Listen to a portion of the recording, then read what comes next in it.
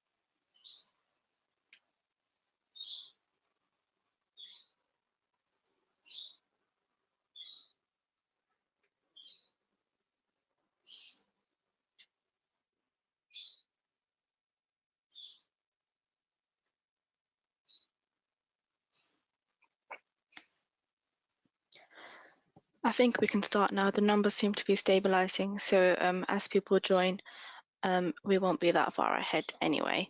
Again, thank you for attending today's session. Today's session will provide you an insight of the new platform and how audits will be scheduled, conducted, and submitted for review.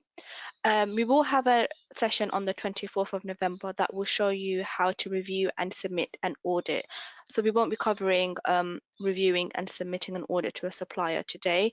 That will be on the 24th. And we'll also, on the 24th, we'll also cover how suppliers can verify non-compliances. But today's session, as I said, will be focusing on scheduling, conducting, and submitting a new audit for review.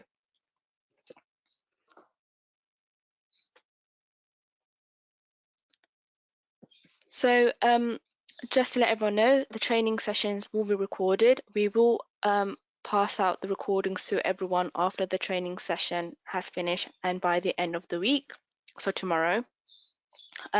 We will break for questions. There's quite a lot to cover today. So the structure of the presentation, we'll look at scheduling audits, then we look at the CAPA and the finding, and then we'll look at the report section. So after each section, we'll take a pause and we'll answer questions.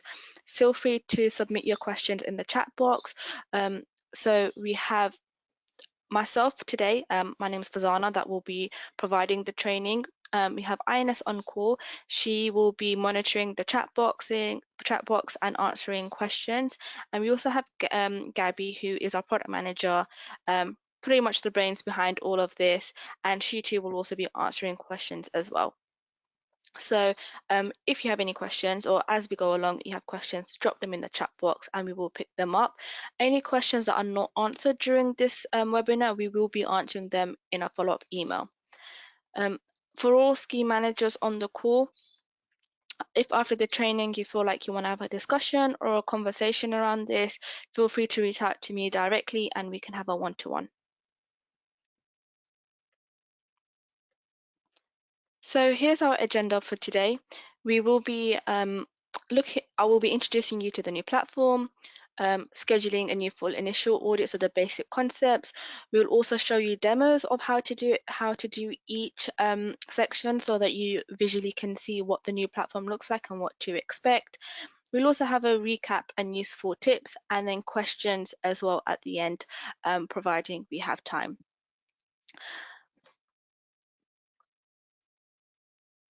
So just to give you a bit of background information on the new platform, as you are aware, Sedex took the decision to create a new platform a few years back.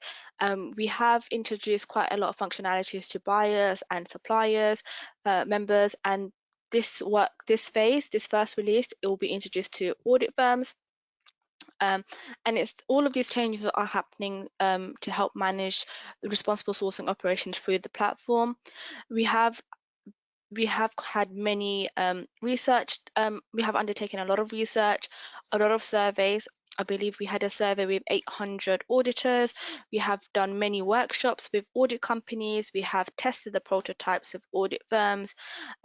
So throughout this process, we have had a lot of feedback from yourselves, from your firms, and all of these feedbacks gathered is what we have today. So the digital tool is based off your pain points that you've had with the current platform and our solutions that we can provide to you. So we haven't just gone off and created something without any of your feedbacks. This has all been through discovery phase and loads of research.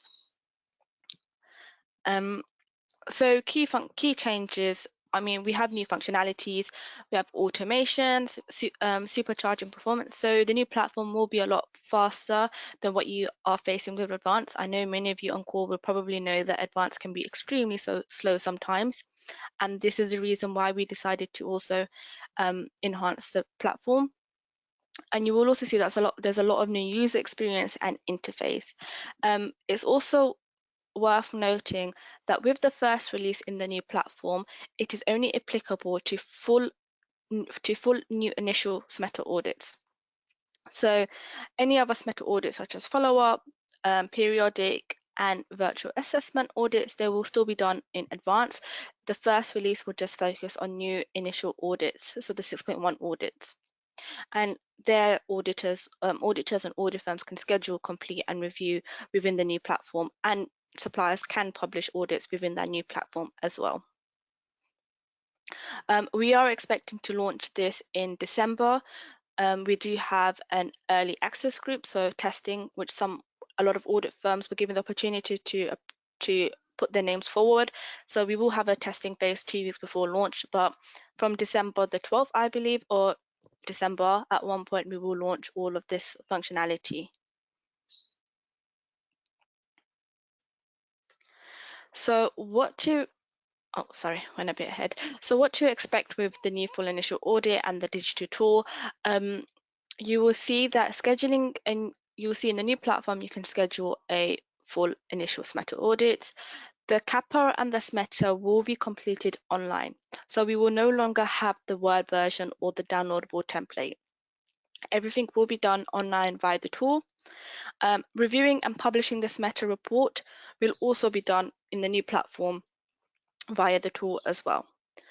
The benefits you can expect, through the research that we have conducted, we know that this methodology has loads of pages. Now, although today's workflow and the new platform just looks at the technical abilities to help you complete SMETA quicker, the actual methodology itself is sitting with the responsible sourcing team, and they are looking at the next version of SMETA. But what the product team have done is designed a tool or a platform where it will help your life a lot easier when conducting CAPA and SMETA.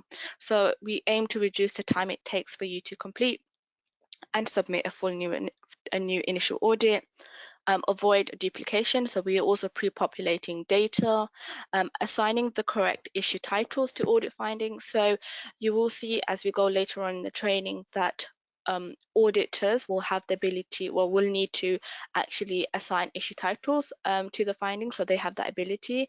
And essentially, we want to eliminate the Word documents and paperwork. So everything will be done online, and PDFs will be generated online too.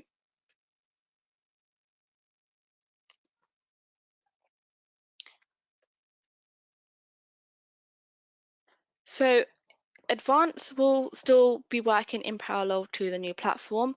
As stated, the first launch is just for the full initial audit. You can still conduct your follow-up, your periodic, and your virtual assessment on Advance. So the two platforms will be running parallel with each other, and you will see this in a lot of upcoming releases, whether it's to do with the buyer members, supply members, as audit firms. We're always going to have the two running in parallel with each other until we've actually completed the overall platform.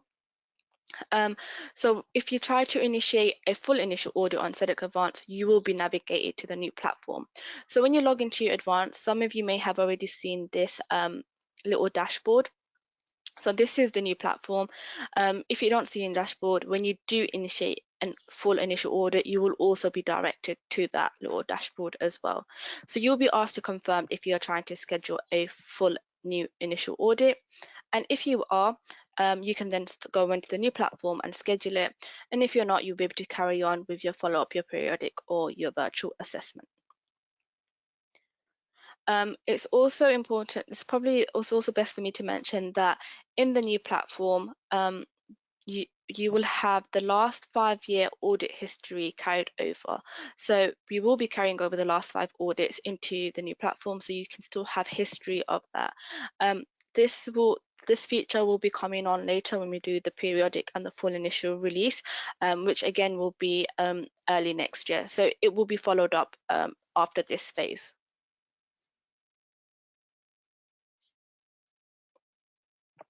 So we are going to go on to the first chunk of the training, which is scheduling a full new initial audit and the concepts and how it works. We'll be looking at user cases, methodology, audit roles, so who does what, and audit statuses.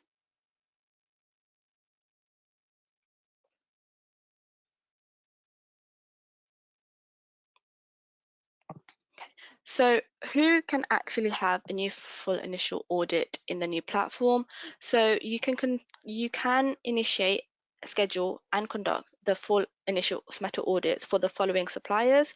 So any suppliers that has registered to the Sedex via the new platform, any suppliers that have had no audit history in Sedex Advance, and also suppliers that appoint a new audit firm to conduct a SMETA audit at their site. So even if they've had SMETA audits in the past, if you are their appointed AAC firm and you haven't done an audit for them in the past, you can do an initial audit, full initial audit for them. Just to let you know, suppliers will still be able to initiate audits through Advance. However, in the new platform, we will be taking away that functionality. So suppliers will not be able to initiate audits or initiate audits in the new platform. Only audit firms can do that, because I know currently in Advance, a supplier can actually initiate an audit and the audit firm can actually accept or reject that. We are moving that step away and having just audit firms initiate the audit in the new platform. If you do have suppliers that are initiating audit through Sedex Advance, you won't actually see that in the new platform. You will still have to go to Advance and look under your pending section, and it will still be visible for you, but we advise that you reject those suppliers' requests and that you actually conduct the new initial audits on Advance itself. Yep. I think that part is straightforward. So only audit firms will be able to initiate audits in the new platform. So we will be removing that step.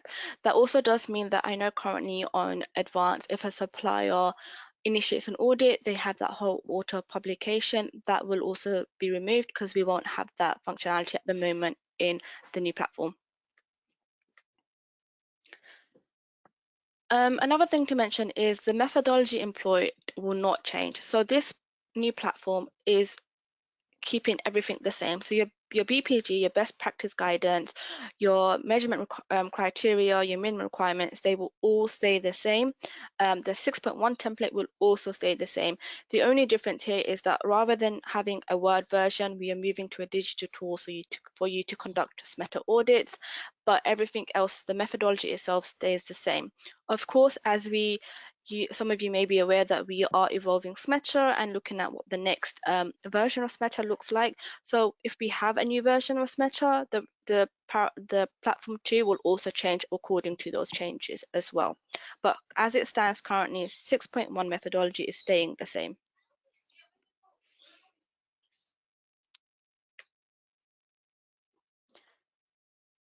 So who will access and how? So as I mentioned before, you can access the platform through the little Sedex platform dashboard.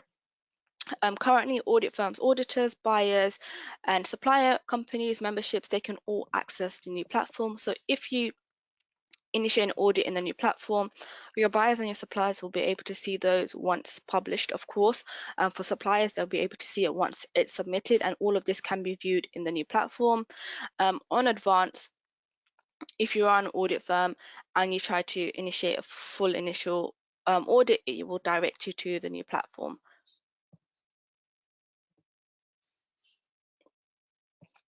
So we have a few audit roles now.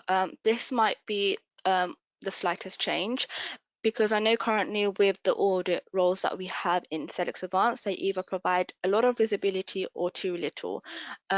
So what we've done is we've done our research and we've done our feedback and we've looked at your feedback and we try to find user roles that is best suited for everyone. Of course, we understand that not all firms work the same, but the roles that we have come up with is pretty much what the majority have been saying. So we have the scheduler role, and schedulers is very simple. They can schedule an audit, edit a scheduled audit, and assign reviewers. So the latter two is new. So previously on Advance, when you schedule an audit, you're not actually able to edit it. So a lot of schedulers are having to delete audits and create new ones if like the audit date changes or if the auditors changes.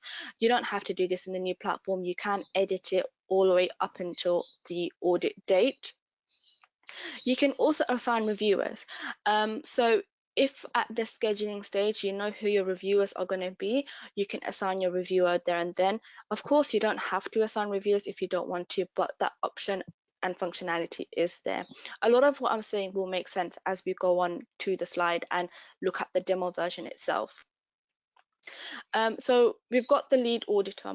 Now, it's probably worth mentioning that lead auditor and reviewer and other auditors are essentially audit admins that have specific role assigned to them.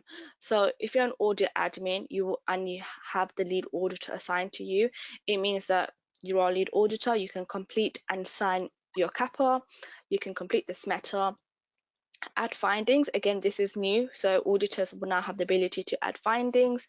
You can submit audit for review. Then you have your audit admin with the assigned reviewer role. So these are essentially your reviewers, and they can review and edit a CAPA. They can review and edit SMETA and the findings. They also have the ability to send the audit back to auditors. So if you're a reviewer and you feel like there's information missing or you need more clarification, you can send your audit back to your auditor for them to make those changes. And essentially, it will be the reviewer who submits an audit to the supplier. So we've added that additional step in the process. You can also have other auditors assigned to an audit. So if you have additional auditors on site, you might have your lead auditor, you might have an additional auditor that's a report writer or an ask auditor, you can actually assign those, have those auditors assigned to the audit as well. So they will have the ability to complete the CAPA, but they cannot sign the CAPA. They can complete the SMETA, but they cannot submit the SMETA to the reviewer, but they too can also add findings. And then lastly, we have the audit company admin. As it stands, the audit company admin can schedule an audit if they have the scheduler role.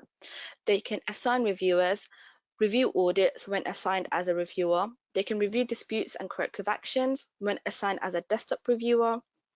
They can accept and reject disputes and corrective actions. So within each role, there will be other roles like, like you see the desktop reviewer or the reviewer or the lead auditor. So you can add them as well. Of course, you can have a combination of auditors. You might be a scheduler and an audit company admin.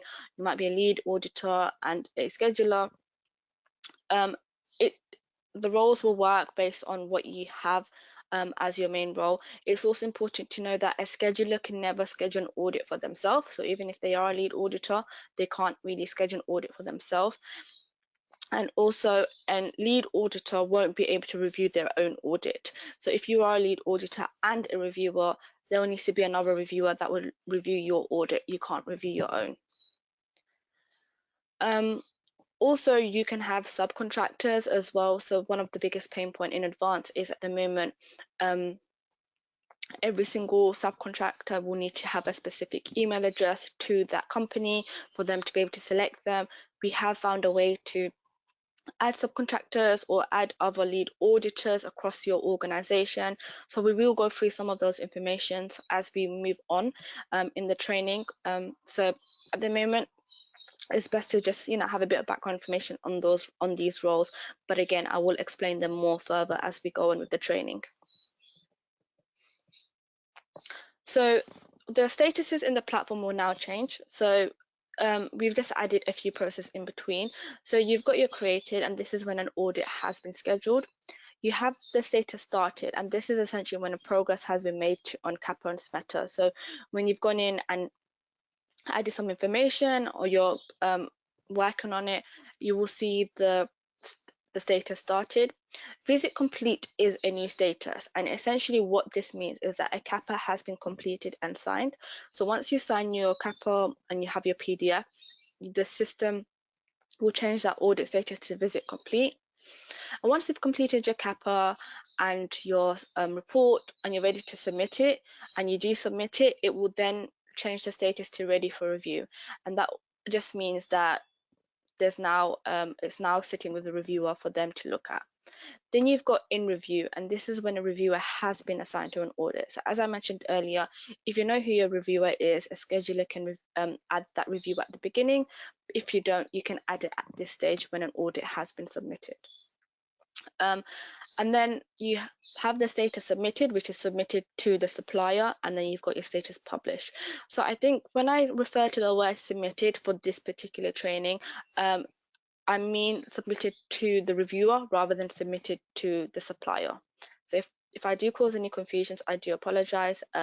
It's submitting to the reviewer rather than the supplier, because submitting to the supplier is the training that we're going to go through on the 24th.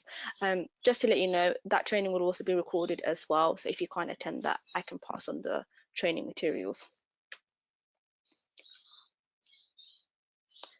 So before I go on to scheduling an audit, I'm just going to have a look to see if there's any questions at the moment, and I don't see any. Ines, is there any questions at the moment? Hi, everyone. Yeah, so we had a few questions. We managed to answer all of them. Just to maybe share with the rest of the group around user roles. So for example, whether a lead auditor can also see the rest of the audits that are scheduled within a company. So I just wanted to clarify for everyone that when different user roles can be, the same person can have different user roles. That means, for example, they can be a company audit admin, and they can also be a lead auditor. On those occasions, they'll be able to see all the audits have been scheduled within the company, and also those that they are the lead auditor. So just wanted to clarify that a user can have more than one audit role. And that was the majority of the questions were around this how to manage the different user roles. Okay, perfect. So To quickly I guess, add on, Susanna, if you don't mind. sorry. One thing to note there is, yeah, if a user only has audit admin, they will only see the audits that they have been assigned to. So that's a new rule that we've put in place following the feedback that we received during our research, that auditors will only be able to see the audits that they have been assigned to, unless they have the other roles like Ines said. And even if they're a company admin, they'll be able to see the other audits in the list of audits, but they won't be able to actually conduct the audit unless they've been assigned as the auditor for that audit. Thank you for that, Gabby, and thank you, Ines. A lot of this will also make sense as we go on with the training. But yes, as Gabby mentioned, just to reiterate her point, any audits that you are assigned to, only those assigned auditors will be able to edit and view those audits. If you are an audit admin for your company, you won't be able to see audits assigned to someone else, just your own audits, unless of course you have other roles. But as Gabby said, it is limited, so you won't exactly be able to edit it if you're not assigned to it. So now we're going to go on to scheduling an audit and look at who can actually schedule an audit. So currently, schedulers and audit companies admins are given the ability to schedule full new initial audits. You will be able to find this widget at the bottom of the platform or when you sign in, providing you don't have a lot of audits. Again, just to mention, other auditor roles will not be able to see this. Only your assigned, only the schedulers and the audit company admin. So once you click on that button, it will then direct you to the first step, which is choosing a site. So here you need to select the site either by a ZS code or the site name, which is again not much of a difference from Advanced. Advanced is the same thing. It's also important to know that you can only select ZS codes for suppliers that actually have accounts in advance and active. So if there are any lapsed accounts or supplier hasn't paid for the membership, you won't be able to conduct an audit for them. So it is only for active suppliers. Also, as you know, we removed the functionality this year for non-member audits. So all suppliers will need to be registered on Advance in order to have a SMETA audit.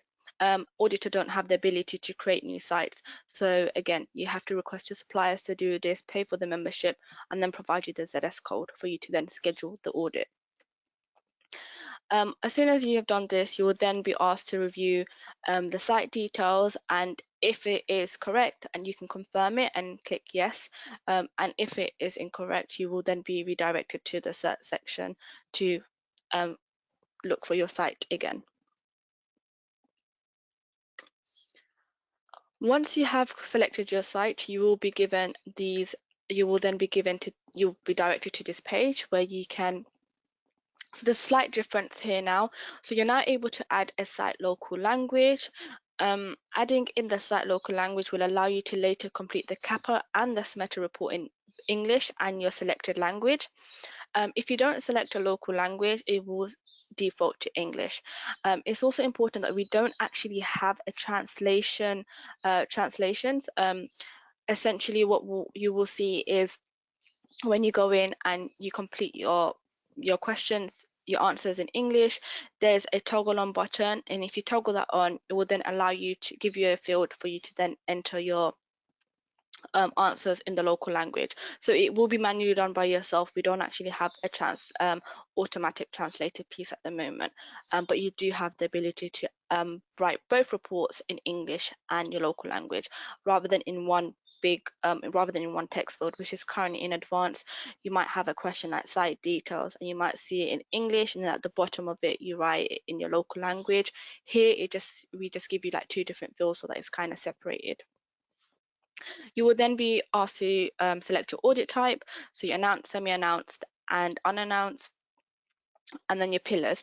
If you select the 4-pillar, you will see all your audit clauses.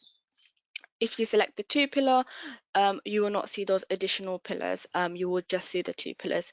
So again, going back to the current workflow, when you download the template, it includes all 4 pillars, and you just delete the additional 2 pillars, but here you will just have either the 2 or the 4 depending on what you select. And then we have the audit date, which is required. So here the from date is compulsory. You won't be able to schedule an audit if you don't select the from date. Now, the reason we have done this is so that we can align with APSCO auditors. So the date will allow Sedex to show you the potential lead auditors who meet the criteria to lead an audit. So that would be the RA auditor and the CSCA auditor.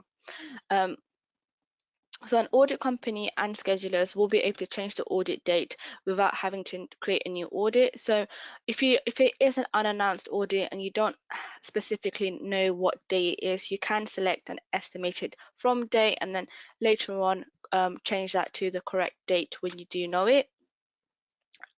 As I said, this is purely just for the APSCO purposes, which I will explain further as we move down the training. And also it's important to know that the date is only visible for the audit firm. So buyers and suppliers will not be able to see the date. So if you select a date, the buyers and suppliers won't be able to see it. And they won't be, they can only view it. So a supplier can only view any audit data after it's been submitted to them. And obviously a buyer can only see all the data after it's been published to them.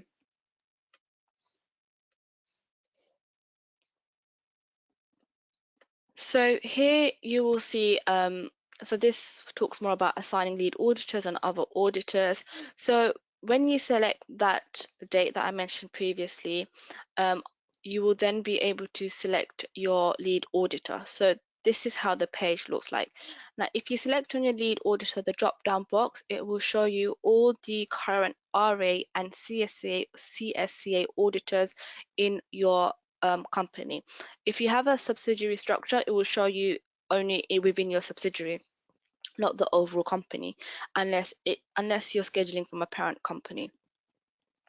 Now, if you do need to select a lead auditor that works for another company or works on another subsidiary, you can do that using the APSCO code. So if you can obtain the APSCO code externally and input that in, you will then be able to assign them as a lead auditor. As well as adding in the lead auditor, you can now also add in the additional auditors, which is what I mentioned earlier. So you can search, so schedulers can only search for internal lead auditors whose APSCO ranking is RA and CSA at the audit date. But when it comes to additional auditors, they don't have to be RA or CSA. They can be ASCA level. They don't, may not even have an APSCO. They could be report writers, so they may not necessarily need APSCO statuses, but you can have additional auditors added within an audit and assigned to. You can have more than one. It doesn't have to be one additional auditors. You can add 2 or 3, however many it will be on site on the day.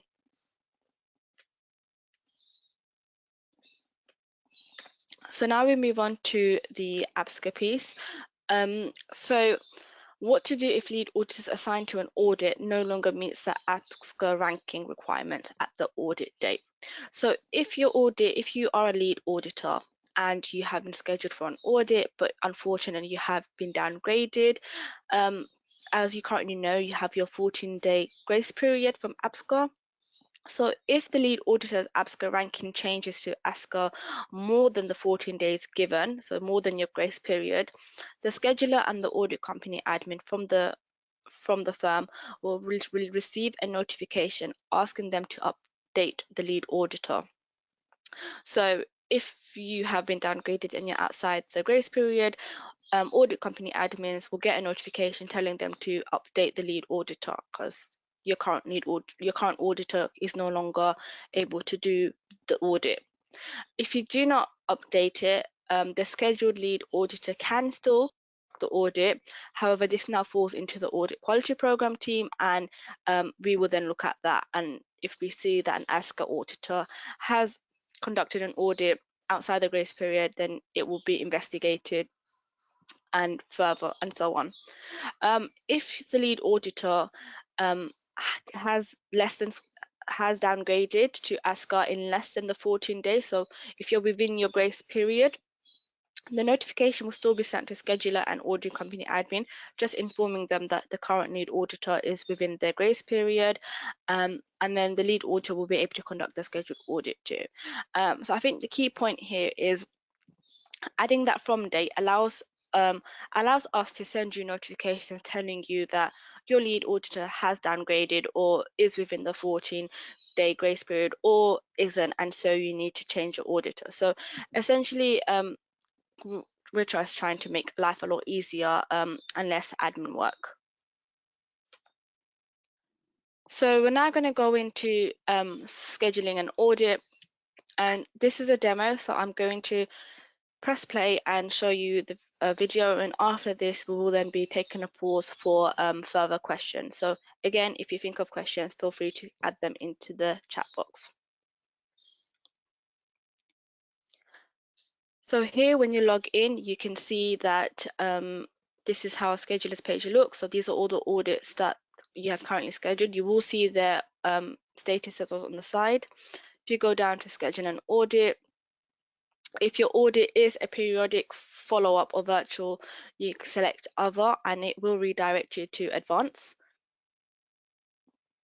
And if your audit is a full initial audit, you can continue on with the audit. So if it's a full initial, you enter your site code or your site name, whichever information you prefer. And then if you enter your site name, it will provide you a list, and then you can confirm if those are the correct details and click next.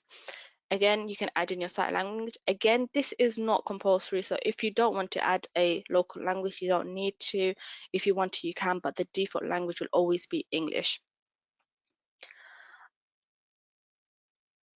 So once you select your from date, you can see that you can actually move on. The to date, you don't have to necessarily complete that if you don't want to at this stage. You select your lead auditor. Again, all of these informations are editable. So once you have created this audit, you can go back at any time and edit them.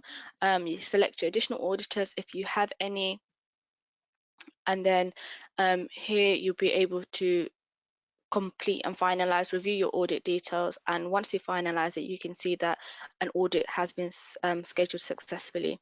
Now you'll see your status is in created. Again, if you know you're a reviewer at the time, you can assign your reviewer.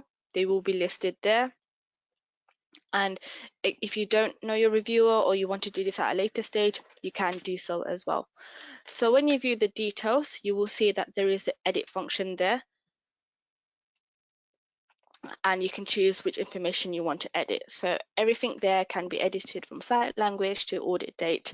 You can also edit lead auditor. So if your lead auditor can't do the audit at that date, you can change it. You can make your changes up until the audit date. Post audit date, you will not be able to make any changes. So you have plenty of time to make changes if you need to. So this takes away the whole deleting function that we currently have, and saves time, because I know currently when there's an error or a change in auditor, you have to delete the audit, reinitiate, and that can be a bit time consuming. But here you just simply go in to the scheduled audit and make your changes.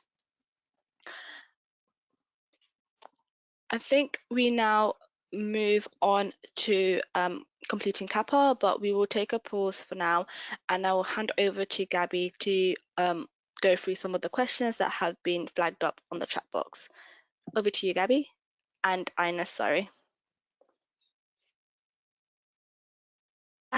Yes, so we had some questions. We managed also to answer all of them, but just also kind of like reiterating some of the points that we've been going through.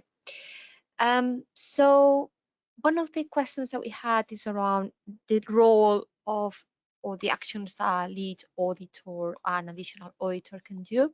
So for an additional auditor to be able to complete and edit the CAPA, as we will see now, they actually have to be on the or assigned to an audit. And that's why the new schedule procedure allows to add additional auditors. So when it comes the time to complete the CAPA and the meta report, they can also do the editing part from their own dashboard. There's a question here, a couple of questions have come, so let me go through them quickly. So Milena is asking around the question of downgrading from RA CSCA to ASCA. The question is, if the result of the exam was issued 14 days before the first day of the scheduled audit, and if we can replace the auditor, we can maintain the auditor to perform the audit. Is this applicable only for initial audits or for all meta audits? So at the moment, Milena, this functionality is only coming for full new initial audits. Gavi will allow you, will be able to also give you more details around follow-up and periodic audits, when they're coming or how they're working towards implementing those in the new platform. The thing is that if they are downgraded to ASCA level before or more than 14 days of the audit date, they will still be able to conduct the audit. Do you want Gavi to give some context around this 14 days grace period?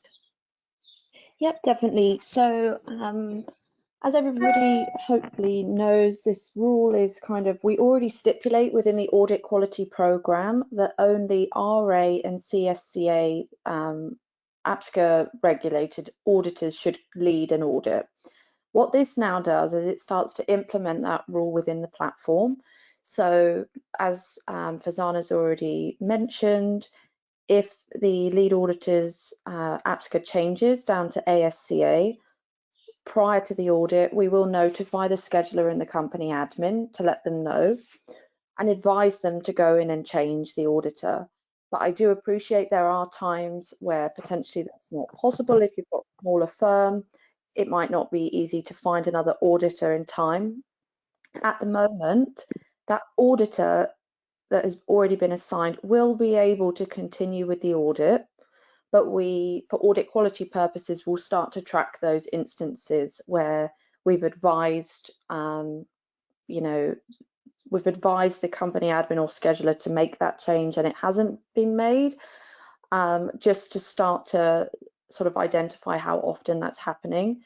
But for the time being, that auditor will be able to continue with the audit.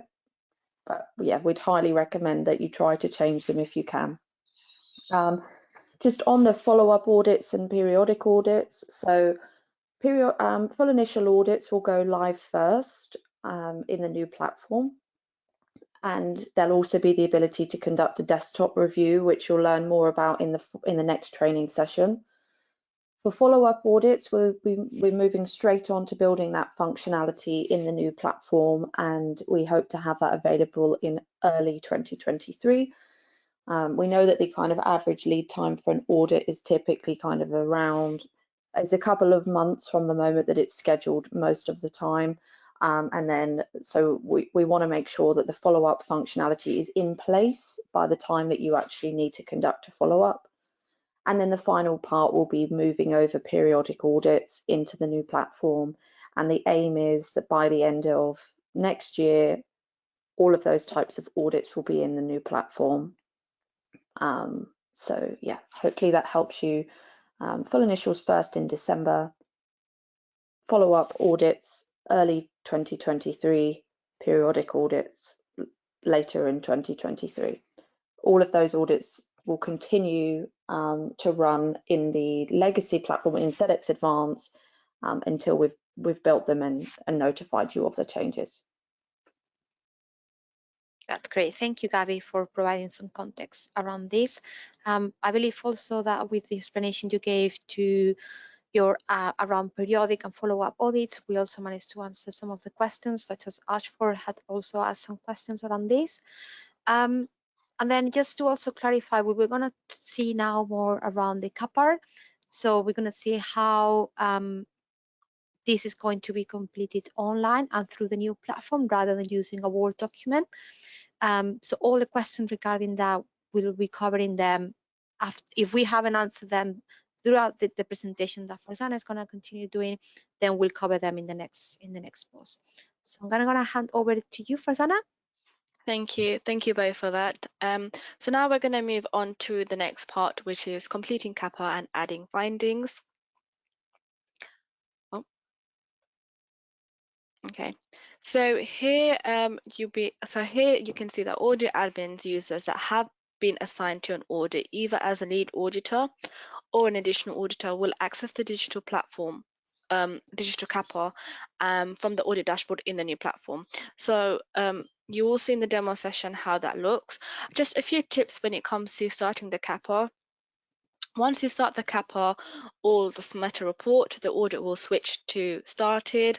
Once the CAPA is signed, the audit status will then change to visit complete, which we mentioned earlier. So we are currently only doing the digital tool online. There will be an offline version available, but this is will be at one point next year. We're still in the scope of planning that and doing still at the discovery phase. When we did our research and spoke to a lot of audit firms, it seemed that having internet access at a site wasn't necessarily a massive issue, and it's based on those feedback we thought we'll go ahead with the online version and then look at the offline version after, depending on the feedback we get from the online version. So we do recommend auditors, if they want to carry with themselves a blank copy of the CAPA in case you find that you're having unexpected or lack of internet on the site. Even if you do carry a blank copy of CAPA and you completed the CAPA via the Word template, you're still going to have to go onto the platform and complete the CAPA digitally. So you can do the blank copy, but you also have to complete and submit that via the platform through the digital tool. So from the moment that the CAPA is started, we always recommend that you save. We will be having the auto saving functionality available in the near future, but currently we recommend that you save every time whenever you can, and this will help with preventing loss of data. So just for the time being, just get into the habit of saving after each section.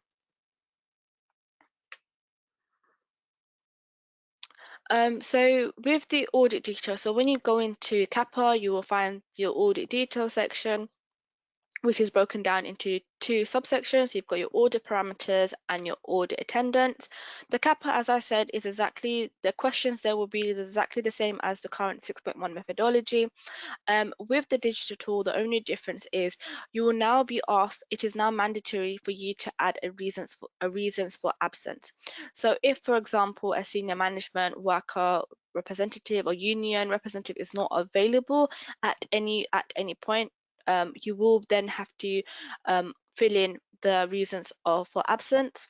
That will be a mandatory field, otherwise you won't be able to continue or actually submit the CAPA. Of course, if all three are present, the reasons for absence, a field will disappear and you won't have to complete that. You will also see that there's a findings section, and in the new platform, the section findings is shared between the CAPA and the report. Auditors can access the findings through both reports. So you can access the findings through CAPA or you can access it through a report. Changes made in the findings from one report will automatically update the findings from the other report. So if, for example, you've gone ahead and you've had CAPA and you've added in your findings, but then at the report section, you find that the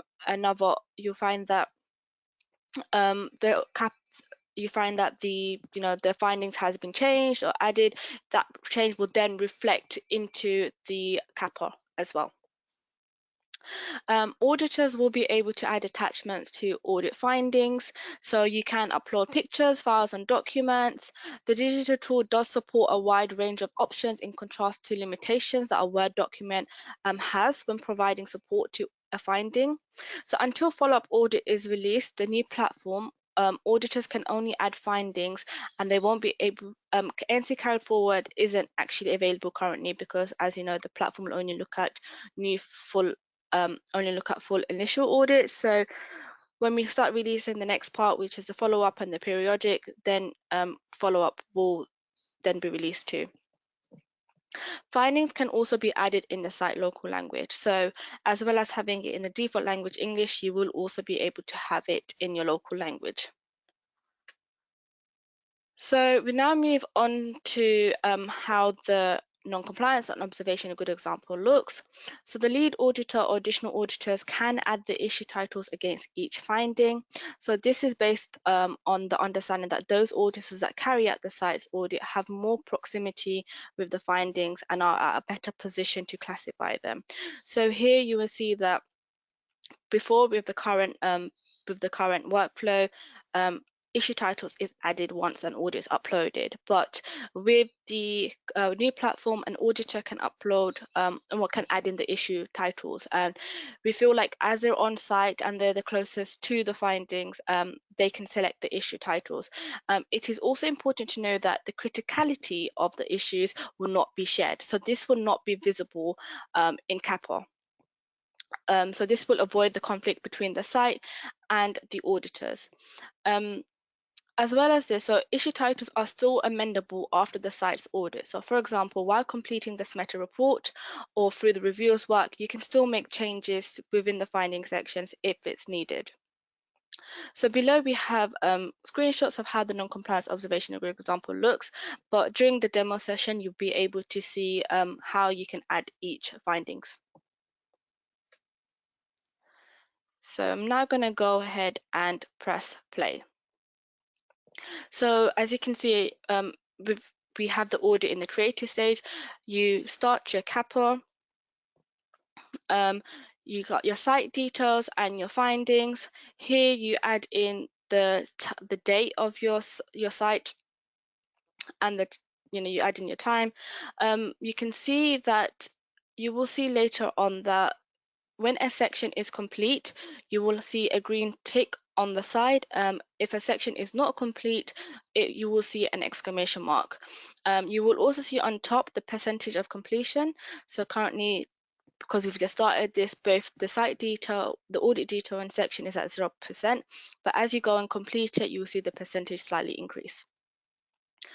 Yeah, so we just go in and add these details.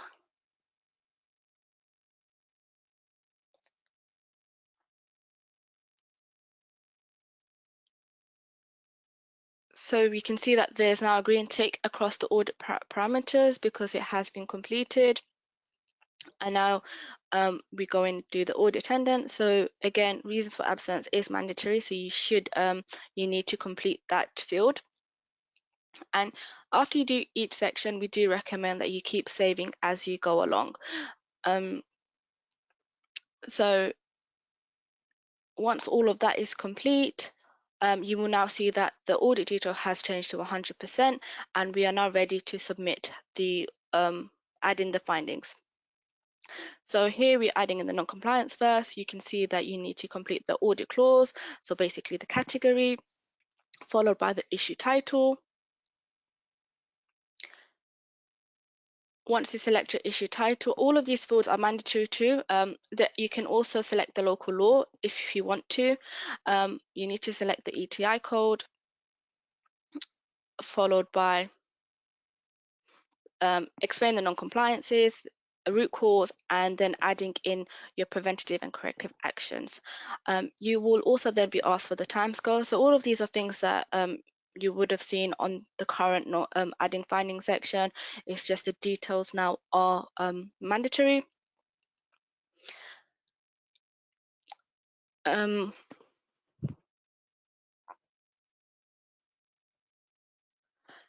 you can also now attach folder. You can now attach photos. So you can attach photos in good examples, observations, and non-compliances. Of course, it is not compulsory to add photos, but if you wish to, the ability is there.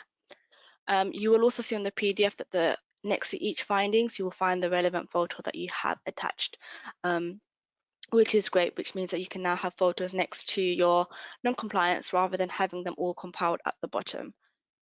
So now we're adding in the observation. Again, you will see that you will need your category followed by the title, and then select the root system, explain the improvement discussed, again, attach a file if you want to.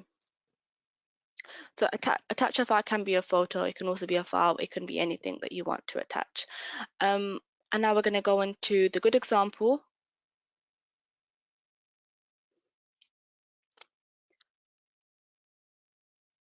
Again, you need to select your clause.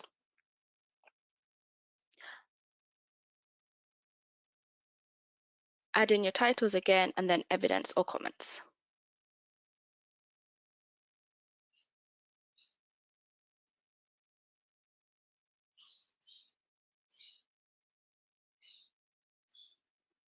And that is that. Now we're just going to add another finding section here. I'm just going to rewind it quickly because I want to show you guys something. Here. So when you want to add in your local language, you need to toggle this on. So when you click on this, you will then get your fields again with another empty field, and that's where you can add in your local language. So here, for example, is French. If I was to toggle that on, I can edit the non-compliances, and then I'll get fields where it says enter local language, and then you can start writing in your French text, and then you toggle this back off and it will default back to English. I hope that makes sense, but like I said, we will be giving guidances and FAQs once we release this.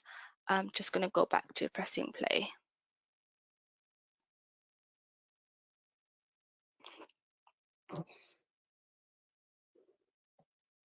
So we're just adding in one more non-compliance just to show you guys how it works.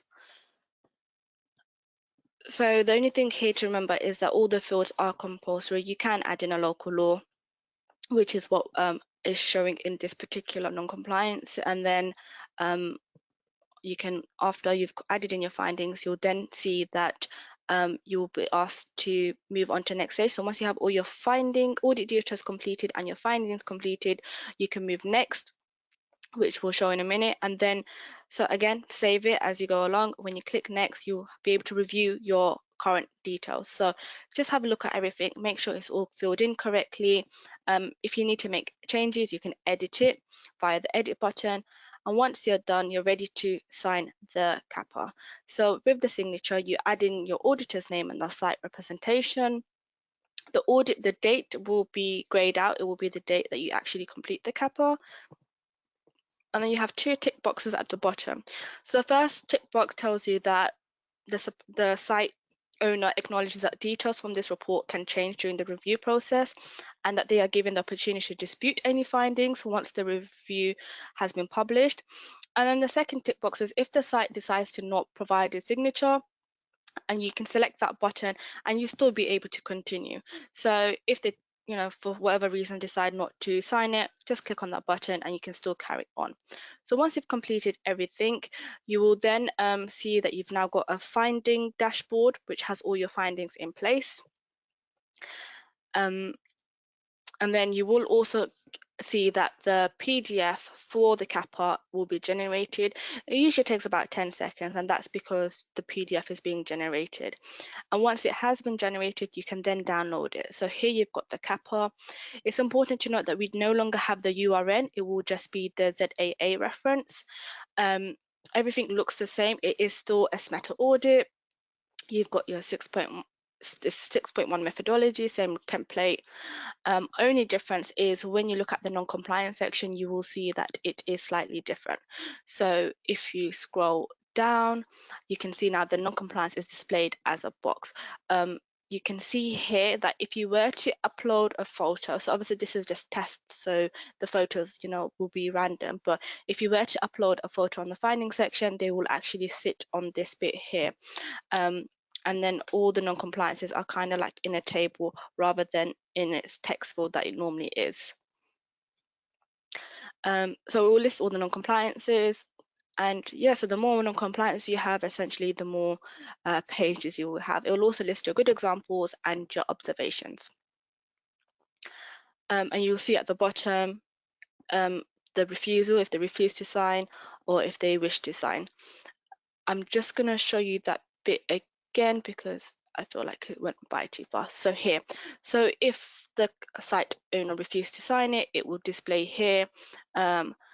But I guess we are moving away from that, you know, actual handheld signature. You at this point, when you want to sign CAPA, you kind of like turn your tablet or your device towards them and have them read it, and then have them sign it via the name and date. And I think that is the CAPA section completed. I will now hand it over to Ines for questions. And I'm going to probably grab myself a quick glass of water. So Ines, I'm going to hand it over to you for questions. No problem. Thank you, Farzana. So there's been a questions around the offline template or how to complete. So let's say there's some questions around how to complete the CAPA if there is no internet connection or the internet connection is unstable.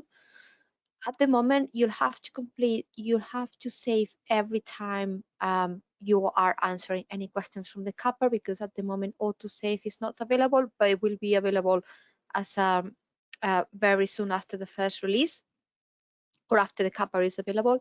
Gabby will can give you more context about this. And then also what we advise you is to bring with you a blank CAPA template so you can complete the report offline. That means like on a Word document that the site can also sign in case there is no internet connection at the moment. And then ultimately you will have to complete and add all the details on the online CAPA. There is not, if you complete the CAPA offline using a blank CAPA template, you will not have the possibility to then upload this and have all the information pre-populated. There's also a question, again, in the future, an electronic signature of the company is enough. Yes, in the future means once this is released, auditor, the lead auditor and the site will provide the signatures online, and then a PDF will be generated afterwards. I would just like to add a little bit to this. So for the time being, they will sign in print. So the idea is when you're on site, you're filling it out, you can, and in the closing meeting, you can turn your device to them and ask them to provide their name in print. That is fine as a signature. And then as we continue to enhance the process, we'll look at potentially bringing in something like DocuSign, if you're familiar with that concept, which is to actually enable them to provide a formal signature. But for the time being, having their name in print, which is in their written name in there, is fine for a signature. Thank you. Also, there's questions around the blank CAPA. We're exploring the best way to provide you with this blank CAPA document. So we'll keep you posted about where you can get these blank CAPAs in case there is no unstable internet connection at the site that you're going to conduct an audit. And then also, Domingo has a question whether the CAPA must be printed to be signed by the company representative. So it will be signed directly on the online CAPA, and only after it's been signed, then you will be able to generate a PDF copy. So it's not the other way around, but it's actually first signature online and then the PDF is generated. And then just we have another question from Inga. She's sorry, they are asking if the recording will be available in Spanish. We are doing this training in English, but we'll explore further languages as we move along. Thank you. So I'm just gonna hand over to you back, Prasanna. Are you back Yep. from? Yep, I'm back. Sorry, my throat was drying. Sorry. Thank you for that. So we're now going to move on to the completing report section.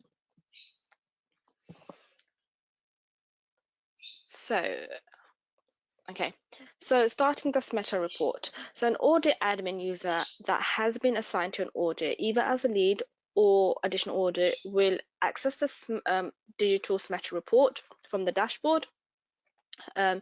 We will be looking at that when we look at the demo.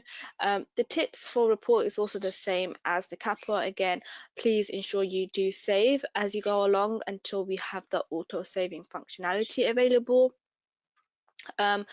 Auditors don't need to wait to sign the CAPA to start the SMETA. Like, you can start the SMETA as you are doing the CAPA. So you don't have to complete the report everything in one go. You can, select some of the sections, make notes and save as you go along, and complete the rest of the report whenever you go away from the site. It's just the CAPA that will have to be done on site because you will need to get the site signature.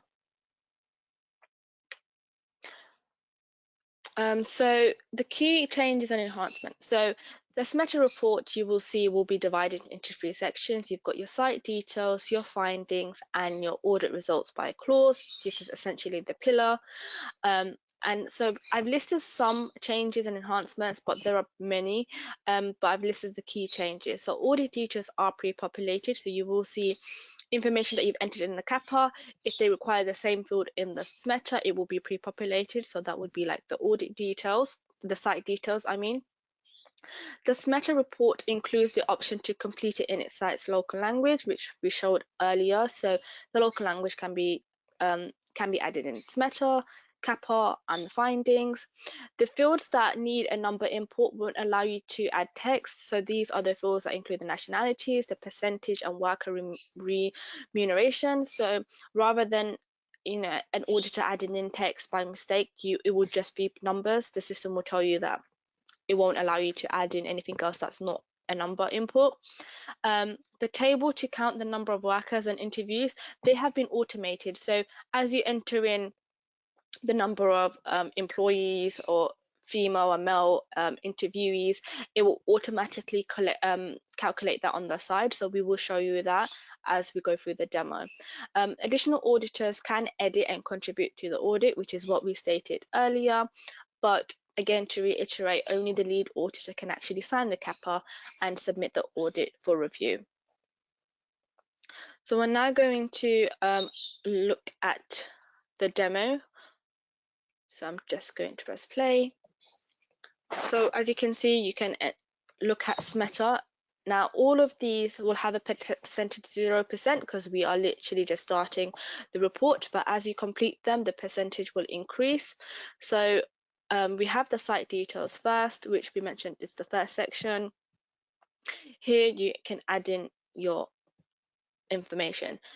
Here, I think in this demo, this is where you see that if you don't complete all the fields, you will get that exclamation on the side, and this will prompt you to later on go back. You can see which section has missing answers and you can go back to them and add them. So now we are going to be adding more floors.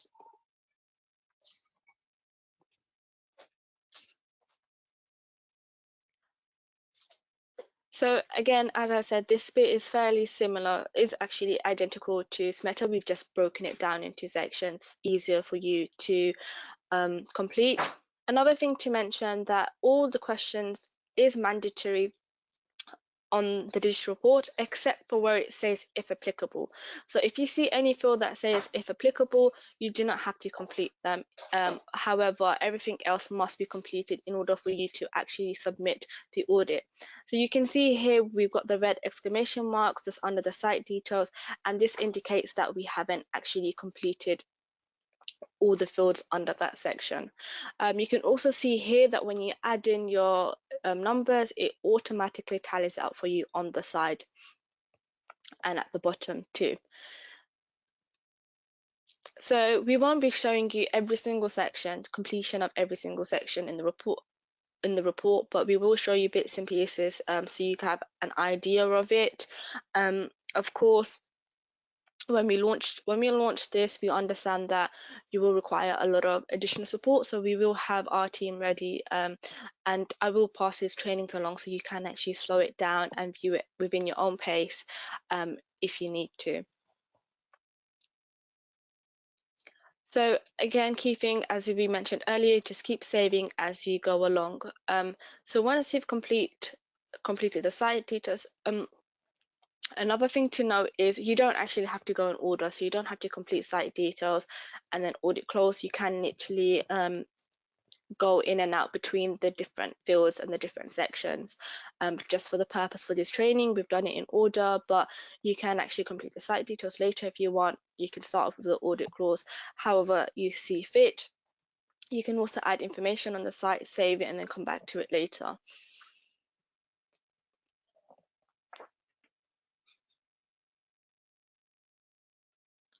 So here we're just showing another thing to note is by some of the fields on the side, you'll see like we have little information tabs. These are taken again from the SMETA, so from the SMETA report. So you can see them on the side if you need to for extra information. So it's green tick there, which means that the work interview summary page has actually been completed, and you can go back to SMETA and you will see that your percentage has now increased to 54%. The audit finding again is carried over from CAPA. If you want to make changes, you can do so. Again, any changes made here will also reflect into the CAPA. So when you go back to the CAPA and you download the PDF again, you'll see that the changes have automatically been made as well. So now here are the clauses. So under each clause, you will see that there is the what the section covers. Again, this is taken from the SMETA report. You'll have your information icon on the side, again from the report, and you just go in and complete it as you would on the Word document. If you want to have blank documents with you on the day and you want to complete the digital tool later on, you can do so. The report, as I said, doesn't have to be completed on the day, so you can have your pen and paper, make your notes and stuff and complete it later on, or you can just use the platform itself directly. So here is where the magic happens and everything is now complete, and you will now see the submit for review button appear. It's a tick box that basically tells you that you have reviewed all areas and understand that the supplier will be able to view the CAPA and submit a report and dispute findings and raise corrective actions after publishing it. Once you click that tick box, the submit button will appear, and that will then go into the reviewer if they have been assigned. The status is now going to be in review and you can download the SMETA audit. Again, it looks exactly the same. There is no URN, just an AA code. We don't have the audit company logo at the moment, so that's not populated. But again, it's an enhancement that we can make later on. You can now see the summary of findings. You'll be able to select each section and you'll be directed to that relevant section. This is a test report, so you are going to see like loads of different languages from going from Spanish to Mandarin. It's just purely test purpose, but it's to show you that the languages can be inputted into SMETA report as well. So yeah, I'm just gonna, again, the finding sections in the report is pretty much like the finding section in CAPA, where it will be in like a table format, in like kind of like a screenshot format. So I'm just gonna see if one appears and then I can show you what I mean.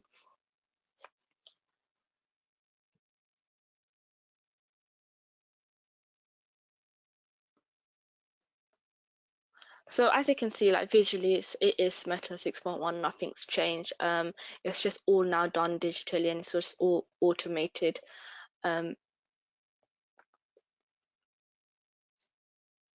Oh, here. So here is one of the non-compliances. As you can see, it's just it's exactly like you would find it in the CAPA section. So you got your non-compliances followed by your evidence. If the photo was there, displaying all the other information. So if you had a local law, it would be here along with the explanation and follow-up method and so on. So non-compliance will sit, like the access matter, non-compliance will sit under each of its relevant clause. So if the non-compliance is health and safety related, it will sit under the health and safety clause. Same with the observation and good example. So you notice that non-compliance is in red, observation is in a grey colour, and I think good example is in like a green colour box to help you distinguish between each. And then yep, here you go. So it is in green. Observation had like a grey outline and the non-compliance had like a red one. And that is pretty much the SMETA report and how it looks. So it's just going to keep scrolling through. And as we are showing you the document, I think I'll open the portal now for questions. So Ines, I'm going to hand it over to you for questions that have been asked during this section. Rosanna, for taking us through this SMETA report. Yes, there's been some questions. So there's some questions around whether there's going to be an exemplary report, like the guide to completing the SMETA report 6.1. So as Rosanna just mentioned, the process that we've been showing you today is actually SMETA 6.1. So the same guidance that we have right now, with the same guidance that you have right now access to, they remain in place, because this is still SMETA 6.1, but the only difference that you will complete this digitally. There's also a question around whether there's going to be a spell checker function like they have right now in Word. I think I'm going to hand over this question to you, Gabby. And there's also another question that is for you as well, Gabby, which is around whether how are they testing this functionality, auditors, and if there's any option for other auditors that are interested to take part on this, how they will have to do it. Yep, no problem. Okay, so the first one around spell check. So the actual platform does not have a spell check functionality. However, within your internet browser, it will work the same way that it does in other situations. So you will be able to use the spell check functionality within your browser. If you spell something incorrectly, it will typically be highlighted underneath in red. If that's something that people would like some guidance on of how that concept works, I'm sure we can share something with you of how to use spell check within your browser. That's completely fine. The other question around testing, so we did a little while ago send out an email to all audit companies letting them know that we'd be going into an early access group in November. We've had a lot of people come back to say that they wanted to be involved. That has reached its kind of maximum limit now, because we have sent out all of the details and started the planning and preparation. But for anybody that didn't get access to the EAG or didn't get that email in the end, please let us know, and I'll see if I can get something organised to potentially give you some kind of testing access before we go live.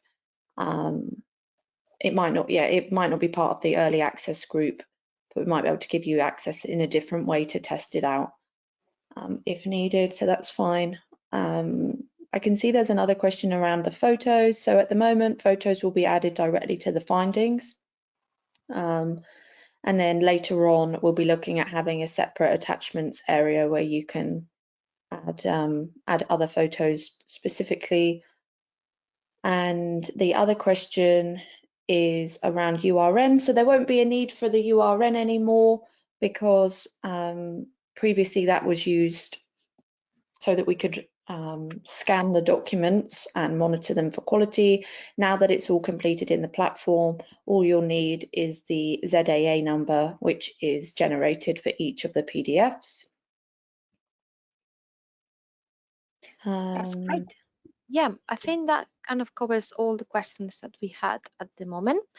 So thank you, Gabby and Rosanna.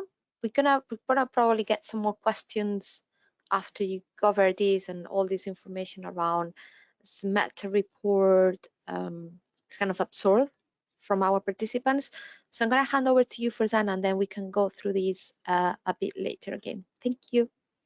Yep, that's fine. Thank you. I think another thing to also mention, because Gabby mentioned a bit about the quality for scheme managers that are on call, you will know that the audit quality program team have a KPI around report quality, and one of the section in the report quality looks at completeness. So with the digital tool, it automatically eliminates that completeness field because all questions are mandatory. So by default, everyone will be everyone will be getting high scores in the completeness because they will be completed. So we're finding ways in which we could also add to the quality of a SMETA report, as well as making life a lot simpler for auditors, schedulers and reviewers and so forth. We're now going to go on to the next part of the training, which is going through recapping some of the stuff that we discussed and useful tips. This is then going to follow up by further questions, and then that will bring us to the end of this session. So as all of this information is on the training, and this will all training slides as well, and this will all be given to you after we complete the training by the end of the week. So some of the points to look at is if a scheduler selects initiate audit in advance, they will be diverted over to the new platform. When the scheduler selects schedule an audit in the new platform, they will be notified that they can only schedule full initial audits. So they will then be given the option to go back to advanced to then complete whether it's a full follow-up, a periodic, or an SVA. So that kind of ties in with the second point that we have there. Site's local language is not mandatory, as we stated before, but if a local language is not selected, it will default to English. And this has been put in place to prevent auditors from entering text in two different languages into the fields within CAPA and SMETA report. An audit start date, as mentioned, must be added for users to assign an auditor. The date selected allows us to ensure only RA and CSA auditors are assigned as lead auditor. We will also notify company admins if the APSCA ranking changes prior to the audit date. So this is essentially encourage firms to assign auditors to lead auditors. Also, it helps you be in line with the APSCA code of conduct, as well as the audit quality program code of conduct as well. Again, as we mentioned earlier in the front, if a company admin does not update the lead auditor, it then sits with the audit quality program team to investigate. So we will be looking at the APSCA auditors that have been lead and investigate why and so forth. So this is just information that we have taken, but I know on some of the questions, a lot of there are questions around, what if an APSCA we can't find an auditor, and we need to use an ASCA. For questions like this, I will direct you to SMETA quality, to the SMETA quality inbox, where you can talk about individual cases why an ASCA needs to be used. But generally, we are aligning with APSCA. So if they are outside that 14-day grace period, please do not use them as a lead auditor unless you have spoken to our audit quality program team and followed their instructions. If the site details are incorrect, they need to be updated in advance. So you will need to ask your suppliers to update the site details. Us, the schedulers and audit company in general, won't be able to update a supplier's detail. This is the same as it is on advance.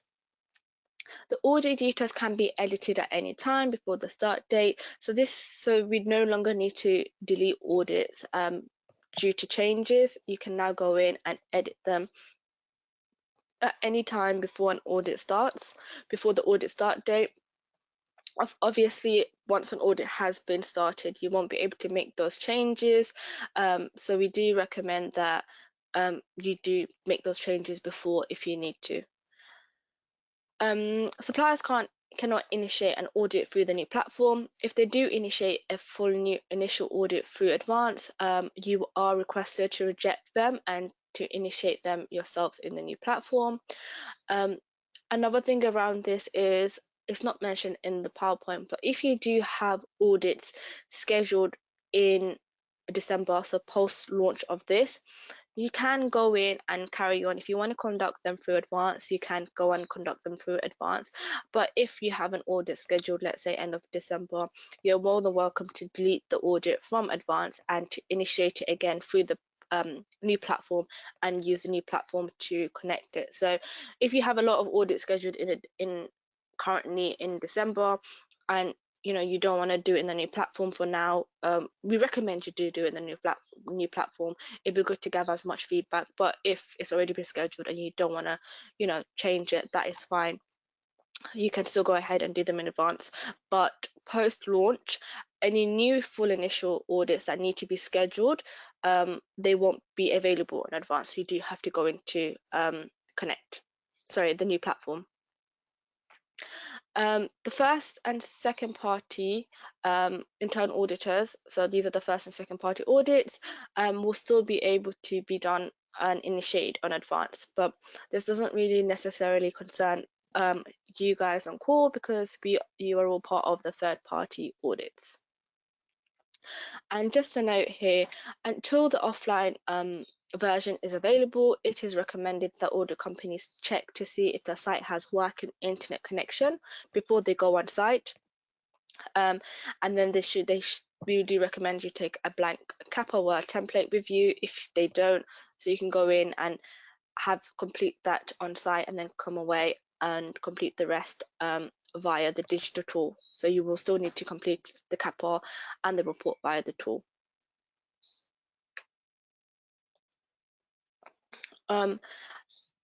Every page within the CAPA and the SMETA must be saved. So this is just for the time being, but we are automatic saving is in the pipeline for the next release. So hopefully you don't have to save as you go along for too long. We will have that auto save feature, but it's always good to get into the practice of saving as you go along to prevent any data loss. Just a side note here, CAPA and SMETA works best when using Google Chrome. It still works for things like Microsoft Edge and stuff. I think at the moment we're seeing a lot of issues around Safari, so Apple products, but we are working on those to make sure that they run as smoothly as, for example, using Google Chrome. But if you can try, where you can, try to use Google Chrome for the best, to get it running, for it to be working at its best. But you can use other browsers, and it might be fine for you, it might not. Just it's worth to have that in your radar. Lead and additional auditors can both complete the CAPA, but it is best if they do it separately rather than doing it at the same time. So if you have an additional auditor, work separately, so maybe do your part and then have the auditor do their part. If you work on it at the same time, it will work, but you might somehow lose data and so forth. I think for those of you that have used the offline audit tool in the past, you would have known that if you have both people working at the same time, it does create loss of data. So we do highly recommend that you work on it at different times separately, but if you need to do it at the same time, leave it as a last resort, I guess. And to reiterate the fact that additional auditors can only complete up to the summary page, but after that the lead auditor needs to be the one that signs and submits the CAPA.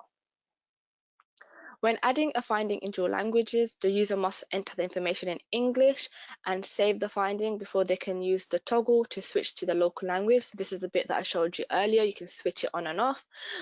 Once they switch to the local language, they can edit the finding and enter the information in the local language.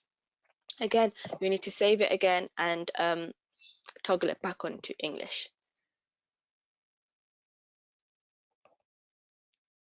So same with everything else. Once you have all your findings saved, once you have your CAPA saved, and your report saved, so under the findings section, you will see that there's a save save finding. Once you save the finding, also go on to the right hand side and actually save the overall information as well. So this helps you ensure that your finding has definitely been saved. When you are signing the CAPA, the following declaration must be ticked. So this is the bit where you acknowledge that, where the site acknowledges that the report can change during the review process, and that they are given the opportunity to dispute any findings. Another thing to notice here, to mention here, again, I'll probably go into detail with this when I do the reviewing training on the 24th, but suppliers currently can add in corrective actions before publishing the audit. This is another change that we've implemented. We might change it again, but for now we're going to see how that works. But if you are a reviewer, or if you are interested in that side of the SMETA, so the reviewing and the publishing, please do join that training on the 24th for more information. The download CAPA button, as I said earlier, may take a few seconds to appear in the audit details page, and this is simply because the PDF is being generated. So if it doesn't appear after 10 seconds, do refresh your audit details page and then go back to the dashboard and then click on your audit again. The findings within a CAPA are automatically populated within the SMETA forms. So you would have seen that earlier, as we mentioned, if you do change whatever findings added in the CAPA, they are automatically in SMETA, and whatever changes is made in the SMETA will also change in the CAPA as well. Also mentioned during this training that is, if an audit is a 2-pillar audit, the 4-pillar clauses will not be visible, and every field is mandatory, and each section must be at 100% to submit the audit for review. So in the SMETA section, the only non-mandatory field is if you see a field that says if applicable. So now we've got some time, so I'm gonna open up for more questions. So I'm gonna hand it back over to you, Ines. Great, thank you, Fazana. So we have some questions coming in, and myself and Gavi have been able to cover most of them. I just wanted to ask you, Gavi, if you want to also to give some context around the testing that you've done, about the time that it would take to complete this meta report digitally and compared to a Word document, because some auditors have asked a question regarding this, so I think it's worth mentioning and sharing it with everyone. Yep, of course. So just to reiterate what was mentioned at the beginning of the call, we conducted surveys, lots of research sessions with audit companies. We've been testing prototypes with a lot of you. Some of the people on this call I recognise from some of those sessions. And the key part of that was to identify some of the key pain points that you have in the process and look at the best ways to solve them, focusing on the tools and technology and less on the methodology. So for us as a product team, we're very much focused on the technical solution to help overcome some of those challenges that you face. One of the biggest things that we heard was that, well, actually, it's a problem for audit companies, but it's also a problem for our other members, and it's that the audit process can take too long. So we know that one of the biggest reasons for that is within the reporting aspect, and the actual content of this meta report sits with the responsible sourcing team here at Sedex. So we had to look at what are some other ways that we could try to reduce the time that this whole process takes. So what we've done is, as you'll have seen, you can now edit an audit when it's been scheduled so that you don't have to delete it and start a new one. As Fazana just mentioned, we're pre-populating findings from the CAPA to the SMETA, so you don't have to add that information again, and the reviewer doesn't have to add that in again later. And obviously, we have made the report digital to help you navigate through it more easily. We know from the feedback that we've got that the process will take less time. I appreciate at first you'll be getting used to using a new process, but once you're comfortable with it, we're confident that it will be easier for you to use, hopefully. The actual report itself, we're hoping will take slightly less time. But the one thing to note here is the content hasn't changed at this stage. It's in review as a part of the SmetaX work that's going on, but you will still have to answer the same amount of questions. But hopefully by us pre-populating the audit and site details for you, pre-populating findings, populating data wherever we can get that to take slightly less time for you. But it's something that the one thing to note here is we've been building this now for nearly 15 months. It's taken a long time for us to build out all of this functionality in the new platform, and we want to get it to a point now where you can start using it.